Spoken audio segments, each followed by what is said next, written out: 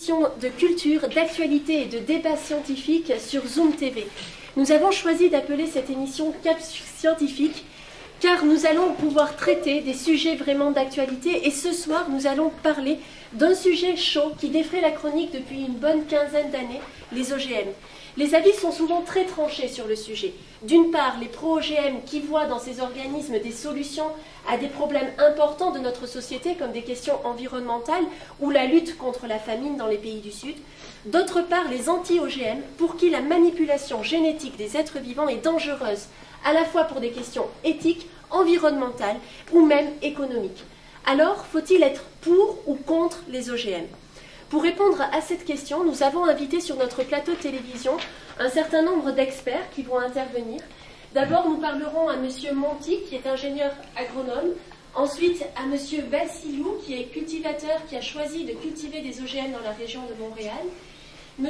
Olivier, qui vient d'un pays en voie de développement et qui, en tant qu'agriculteur, va nous parler de cette problématique dans ce contexte particulier des PVD. Madame Eguez de la Torre, qui est chercheuse en sciences environnementales à l'Université de Montréal. Monsieur Simeri, qui est ingénieur agronome. Ensuite, nous allons parler à Jessica Larrey, qui est agricultrice et qui a choisi de travailler dans la filière bio. Lucas Métral, médecin, va nous parler donc des OGM dans un contexte un petit peu plus médical. Et enfin, Monsieur Laguerre nous parlera en tant que juriste en droit environnemental de la question des OGM. Donc, mesdames, messieurs, merci beaucoup d'avoir répondu présent à nos invitations. Vous allez pouvoir échanger pendant une courte période et ensuite nous ouvrirons le débat à notre public fidèle, que nous espérons en tout cas fidèle, qui pourra donc poser ses questions en fin d'échange. Merci beaucoup. Comment on fabrique des OGM et de nous définir donc ce que sont les OGM? D'abord, les OGM, ce sont, comme vous le savez sûrement, des organismes génétiquement modifiés. Alors, pour les fabriquer, le tout commence par des observations. Et en effet, on doit observer chez les êtres vivants des fonctions intéressantes qu'on pourrait transférer à d'autres êtres vivants. Une fois que ces fonctions ont été localisées, ce qui prend énormément de temps parce qu'il faut faire énormément d'observations, on essaie de trouver quelles sont les protéines qui en sont responsables. Et une fois qu'on a trouvé là où les protéines qui en sont responsables, on doit chercher le gène qui est responsable des informations de ces protéines. Une fois qu'on a trouvé le gène qui synthétise la protéine, il faut étudier la séquence de la protéine pour trouver des informations par rapport au gène en question. Et cette étape est extrêmement difficile parce qu'actuellement, on n'a pas encore toutes les informations, on ne connaît pas encore tout ce qu'on peut connaître sur les gènes et on n'a pas encore catalogué le génome humain. Est-ce qu'on pourrait nous préciser un petit peu quel type de gènes sont transférés et pour quelles raisons? C'est justement, comme je l'avais dit dans l'introduction, ce sont des fonctions intéressantes qu'on remarque chez certains êtres vivants. Quel type de fonction, par exemple? J'ai ici dans le pourquoi des gènes. Par exemple, on a des aliments diététiques pour la santé, des aliments avec des sucres et aliments zéro calories. Il y a aussi, par exemple, pour enrichir les aliments tels que le riz et les tomates en bêta-carotène responsable de la vitamine A, qui est essentielle pour la vue et la croissance et peut également prévenir des maladies comme le cancer. Monsieur Métral, y a-t-il pas des risques également pour la santé des OGM, au contraire? On sait qu'il y a une probabilité de risque d'allergie. On sait déjà qu'il y a beaucoup d'allergies chez l'homme et on sait que les OGM peuvent accroître le taux d'allergènes dans les aliments.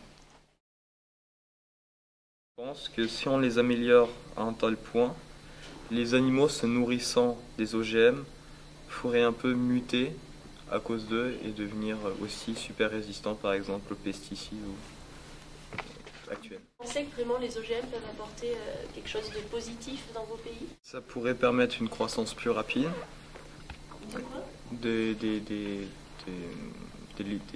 OGM justement. Ils pourraient grandir plus vite, plus rapidement, n'importe quelle saison et ils pourraient devenir résistants même aux différentes intempéries. Donc là, finalement, on va plus loin que simplement un aspect médical, c'est bien ça? C'est ça, il pourrait être plus résistant, mais c'est un peu contre la nature et donc ça pourrait avoir des effets négatifs. Expliquez-nous, qu'est-ce qui vous a poussé à choisir de cultiver des OGM alors? Grâce aux OGM, on retrouve une récolte prématurée qui garde toujours le même goût que si ce n'était pas utilisé par des OGM. Donc ça vous permet d'augmenter finalement vos stocks, c'est ça votre production? Vous pourriez nous dire quel type de produits OGM on trouve ici sur le marché en Amérique du Nord? Les produits principaux, je l'ai déjà cité auparavant, c'est le canola, le maïs, le soya, le coton, le colza et le pomme de terre. Nous avons des questions dans le public. On vous écoute, monsieur, si vous voulez vous présenter. Et je m'appelle Jean-Philippe Malbouès. Donc, j'avais une question qui ne s'adressait pas à quelqu'un en particulier, en général. Donc, quels sont les impacts de l'utilisation des OGM dans les aliments sur l'organisme? Comment ça peut être un danger pour l'organisme? Une question peut-être pour notre médecin. Une substance allergène, ça peut causer des problèmes, ça peut causer des risques pour la santé. Je m'appelle Mounawara Tadjiboeva et j'ai une question à l'un des chercheurs. Comment peut-on détecter la présence d'OGM ou de produits dérivés d'OGM dans les aliments? Je pense que M. Laguerre l'avait dit tout à l'heure, ici au Québec, il n'y a pas de programme de il n'y a pas de traçabilité des OGM, seulement ceux qui ont des produits allergènes ou qui peuvent éventuellement être nocifs pour la santé. Là, ça va être très strict. Je m'appelle Indina Rémi, mais je veux savoir si est-ce qu'il faut forcément faire des essais dans les champs pour cultiver les OGM. Il faut que la CIA approuve, il faut que il faut qu'ils prennent une décision sans rendre public le protocole expérimental ou les résultats fournis par l'entreprise obligatoire. Vous voulez dire le ministère de la Santé? Oui, c'est de ça que vous parlez tout à l'heure. Eh bien, notre capsule scientifique touche à sa fin. Finalement, plutôt que d'être pour ou contre les OGM en général, il semble important, comme on l'a vu, d'analyser au cas par cas les organismes génétiquement modifiés.